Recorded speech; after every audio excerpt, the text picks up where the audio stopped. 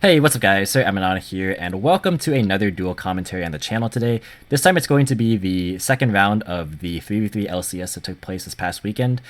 So yeah, if you guys haven't seen the other content that I've uploaded regarding the LCS, be sure to check those out. There's deck profiles from both myself and one of my teammates, and the third one should be up before too long. I know it was supposed to be up earlier this week, but we've had trouble coordinating schedules because we've both been pretty busy. But additionally, I also have round one up, if you guys want to go ahead and check that out as well if you're interested. But this is going to be me, again on Dragon Link, of course, versus Dinosaur. And you can probably tell by the length of this video that it's a lot shorter, at least in comparison to what I normally make. Obviously, I'm not done recording because I'm literally doing it right now, but I can already tell just based on how this match went, it's not really going to be a long video. There's not a whole lot to discuss. I'm still going to like analyze a bit, but just inherently the way the format is, and specifically with Dragon Link in particular, the games can kind of just be one-sided or just not very interactive, and that's kind of just what I signed up for when I play this deck, right? But that's also just kind of a signification of how the format is currently progressing, so you guys can go ahead and take that into account. But regardless, we're gonna go ahead and just get started here. So our opponent wins the RPS and notably chooses to let us go first. So it's a pretty high chance that they're on Dinosaur. It could be, I guess, like Striker because I just played it last round technically, but realistically, Dino is a much more popular deck. So you can make a reasonable conjecture that it is Dino if they're making you go first. Our hand is like okay. It has double Tracer, Red Rose, and E-Telly as well as Imperm. But our opponent drew Gamma Ash, and with this hand, it doesn't have any of the really strong extenders. There's no like World Legacy Guard Dragon, and there's no like real particularly good starters like Black Metal or Chaos Space. So it's gonna be hard. Like its hand can combo, but it's not very. It's very fragile, I'll say. Our opponent also drew Extravagance as well as Falsodix, so he's able to kind of accelerate his engine once his turn comes around. So we're starting off by normal summoning the Tracer and then going into Boot Sector, or sorry, Striker to search Boot Sector. So I could have, I guess, summoned a Red Rose. It wouldn't really have made a large difference, but in the event that I am able to get to Fiber, summoning this could be useful. It doesn't really matter because ultimately, Boot Sector can't summon both the Tracers from hand anyway because, different names. But yeah, regardless, even though this play does lose to Droll, we kind of just have to go for it because our hand is just that weak. In worst case scenario, we just go into Hulk. Now here, I do opt to go for Boot Sector to try and go for a Romulus play. The problem is here is that that's going to get met with the Gamma, and from that position, we actually just don't have any way to extend past that because we expended our normal and our boot, and the only extender we have left is E-Telly. So like if we're looking at this in hindsight, like hindsight's 2020, we could technically have gone for like the Striker Dragon play and then summon Gamma off the E-Telly and then go for Hulk first. But let's be honest with ourselves, like nobody's comboing with Hulk first if they're not forced to, right? Like if they're not under Joel, for example. So like it's kind of unrealistic to say that just the right play was to go for Fiber because you don't know what hand traps your opponent's going to open up with, which specific ones. So like while E-Telly might have been better in hindsight, even still, like the only follow-up really would have been to like boot summon a Tracer from Grave, and then like try and go for a Savage, but my opponent had Ash for that anyways, so I don't think it would have made much of a difference. I just think that no matter how you slice it with the way that the opening hand's shaped up between my opening hand and my opponent's, there was not really any way for this hand to beat Gamma Ash. If you guys can think of a line, let me know, but I am really, really struggling to think of a way that I could have actually played out of this. So the only real thing left to do is just set Impermanent Pass. There could be an argument to set E-Telly just to have a blocker, but Dino is so aggressive anyways, and like in the off chance that I do survive, like I really don't think E-Telly is gonna help in a lot of cases, and like even if it helps me to survive, I'm gonna be left down to one card, and then like I'll have to like rely on like boot and then like maybe normal summoning Red Rose to try and go to Hulk, but like this guarantees us another extender in the event that I do live. And like I don't want to like dead draw something that's not going to be that useful. I'd rather like just guarantee that I possibly could have a play in the off chance that my opponent bricked, but that's kind of just neither here nor there at this point. My opponent is going to draw Nibiru for turn, so we weren't even going to be comboing the following turn anyways, even if he did brick. You're going to go ahead and activate Pot of Extravagance to banish 6, and then draw Falsodix, Ash. So again, even in that alternative universe where I, for some reason, went for Hulk first, which again is like, not the line that you would do just like in a blind game 1 scenario, My opponent would have expended the Ash on the Tracer and then just draw another copy of Ash. So I really don't think would have done that much personally. He's going to go ahead and use Fossil Dig to grab Overraptor and then a second copy of Fossil Dig to add Miscellaneousaurus. And this pretty much spells the end of the game because that just turns off my Imperm. So I'm really just unable to really do a whole lot. My hands are basically tied here. So he's going to go ahead and add Baby off the Ovi and then go ahead and Misc summon Arch and then Arch pop Baby to add Pill. Baby's going to go ahead and trigger summon another Baby and then he's going to go ahead and over pop Baby to summon the other Baby. There was no animation on DB, he just kind of said it and then we just wanted to speed up the game. To be fair, he could have tried to summon the same Baby and I could have maybe gotten him on that, but I'm not really a stickler, so when it comes to a game state that's so clearly not in my favor anyways, it doesn't really matter at that point. The extra summon really would have not made a big difference. Because this hand really can't even beat just Conductor, let alone Conductor, Ash, Nib, Dolka. Gonna go ahead and make Link Rebo for Security Guard now, then go for the Evolution Pill to grab Tyranno. And this is game. Now, I guess Gamma could have blocked, but realistically, it was game no matter what there. There's no way I was playing through that. So game number 2 here, we do choose go first. I think it is risky to make Dino go first if you're playing combo, because even their boards that they make going first with Dolka plus UCT or Dolka Pankratops or things along those lines, plus hand traps in addition to all of that, it's pretty hard to actually combat that, because those are disruptions that are specifically good against combo. UCT is a really, really strong disruption. So I just really want to have to chance on banking on drawing Lancia. Now, to be fair, if I had gone a second in this case, I would have been able to stop my opponent's push, but they would have had the 3 hand traps, and you can see my hand is not really that good again to be able to play through those hand traps. And it's true I would have drawn a 6 card, so that maybe could have changed the outcome of things, but that card would have had to have been very, very, very strong. And again, there was no guarantee that I was even going to be able to draw Lancia.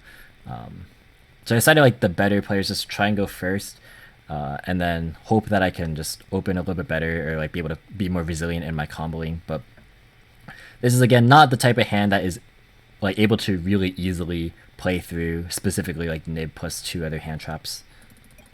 But yeah, we're gonna try regardless to summon Black Metal Dragon, and then go for Striker plus Black Metal. And then grab your searches for Red MD as well as Boot. Gonna banish the Striker to summon Red MD and then bring back the Black Metal. Then we're gonna go for Romulus here, and that's gonna get hit with the Imperm, which is pretty standard interruption. Unfortunately, my tactics is not gonna be on just yet, so I'm forced to use Boot Sector here because that is literally the only extender that I have. To summon that Tracer. And then here, you can make a kind of debate between whether it's good to summon White Rose here or not.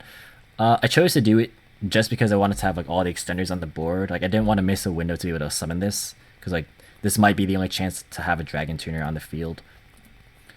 So that's why I kind of went for it, even though it does play into Nibiru. But realistically, if I'm getting Nibiru, I can't really summon White Rose anyways. So I feel I might as well just put all the chips on the table and hope that everything kind of just falls the way that they're supposed to. But unfortunately, that is not how things ended up shaking out, because we're gonna go for Hulk. He's gonna let that go through, and then we go for the Phalanx, and then turn Hulk into the Link Cross, and then summon 2 level 1 tokens, and that's gonna be where Nibiru is dropped. So you can see, even if I kept the White Rose in hand, realistically, it would have just been doing nothing. So I think it was better to just kind of go for it, in all honesty. But yeah, here I have a choice with its talents. So I can either rip his hand or draw. Those the only options really in this case, realistically. And I choose to go for the draw. The reason being is that I want to be able to. I don't think that Lancia by itself is enough to shut off Dino if they have, even if they have 3 cards. They could still combo. And it's true that I'll be able to rip one with talents, but I wasn't confident that Lancia would by itself be enough to stop the momentum, because it would rely on my opponent opening a very particular way, and this is one of those ways that does technically I guess lose to Lancia. But if my opponent had anything different to be able to kind of go off with, any Lost World opening kind of beats Lancia. you know, like it's true that it would fend off like Conductor for a turn, but I'd have to draw extremely well to be able to combo off of just boot and whatever my top deck was. And when I don't have ROM or Fiber or Link Cross, right? It's like the stars just don't align. So like I'd rather go for the also low chance but slightly higher probability of drawing into something like a World Legacy Guard Dragon plus like maybe a Noctovision Dragon. Because in that case, then at least I can go for Protect Your Well plus LB this turn and hope to combo off. That's like the intuition. Unfortunately, none of that matters when my opponent has Ashe and just decides to drop it, which is, you know, totally reasonable at this point because it's clear that I'm kind of just grasping at straws. So let's like kind of rewind a bit to the alternate game state where if like I use tactics to rip one of these cards, probably rip the Misk obviously. It would have been okay, but like I still would have had to contend with Ashe, and plus like my opponent is like in a more advantageous spot here. Because this token is on just 21 defense because I never got to Marcher, so he's able to just beat over it as well. Granted, he could also have just like left the token there and then, you know, just made so I couldn't ever go into like Tracer, but then he would have Ashe still for the Tracer, so it's like there's so many different variables, right? So I really think that like even if I ripped this Miscellaneous Source, it wouldn't have been enough. Now my opponent draws Lost World, and to be fair, had I shuffled back Miscellaneous Source, deck would have been shuffled, so it's not a guarantee that he would have picked up Lost World. But like this is one of those cases where it's like if his hand was say reduced to Lost World plus a baby, then Lancia really just doesn't do anything. Because like you see, it's a little bit of a conflict of interest because I'm taking away the card that Lancia beats. You know what I'm saying? Like it's just kind of an awkward scenario here. Yeah, he's gonna activate Lost World and then drop Miscellaneous Source hand effect, and then I have to go ahead and activate Lancia here. But here my opponent can just go ahead, go Battle Phase, and because this can protect any normal monster, not just the Lost World token itself, it can still use its protection ability to destroy Baby and then to grab Overraptor, and from here the game is basically over. So yeah, not a whole lot that can be done here. He's gonna go and normal summon the Petite and then trade it out with Overraptor. So he's gonna end in Bulk Up Pankratops here. So I really think that again, it's like it's hard to like given the opening hands, right? Like deck building issues aside, or like choosing to go first or second aside, I think just given the hands, it's hard to come up with a way that would have actually beaten, you know, my opponent's hand given the hands that I drew. Again, you guys can let me know if you can think of anything that would have beaten his particular like set of cards, but I'm struggling a little bit. But this is like one of the weaknesses of Talents, right? Is that it's like not guaranteed to make it so that you can still push your combo. So I think in a lot of cases it's better just kind of have extenders, and just more cards that directly facilitate like your game state or fix your game state in cases where like you get stopped by hand traps, right? So that's kind of like the lesson learned from this match. It was more of a lesson on deck building than it was on like technical play, I feel personally. But you guys can again let me know if you have any different thoughts. But yeah, my opponent's just gonna pass here, and we draw Imprint for turn. So it's like even if, you know, I had like access to like Sector, Summon Tracer, if I like ripped a card with Talents, like my opponent would have Ashe anyway. So it's like I don't know, it would have been very difficult, and my opponent could have drawn like a myriad of different cards to be able to get out of this. So like even if the hand was Ashe Baby, there's a lot of different top decks that could have made it work like fairly well, or at least like well enough to where it would be set up for the following turn as well. Like Ashe would delay a turn and then like just use the Overraptor advantage to like kill me basically, right? But yeah, drawing Imperm here definitely doesn't help. Go ahead and try and activate Sector. That's going to be responded to with Pankratops.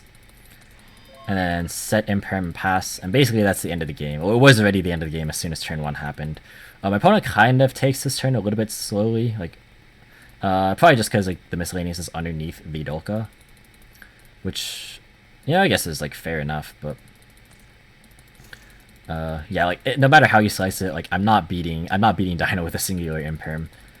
So yeah, all this is kind of just for show. Like Imperm on Archosaur, cool. Like no UCT, but can't be double Dolk or yeah, double Dolk on negate plus Imperm. So yeah, the game was over as soon as I wasn't able to resolve my combo basically.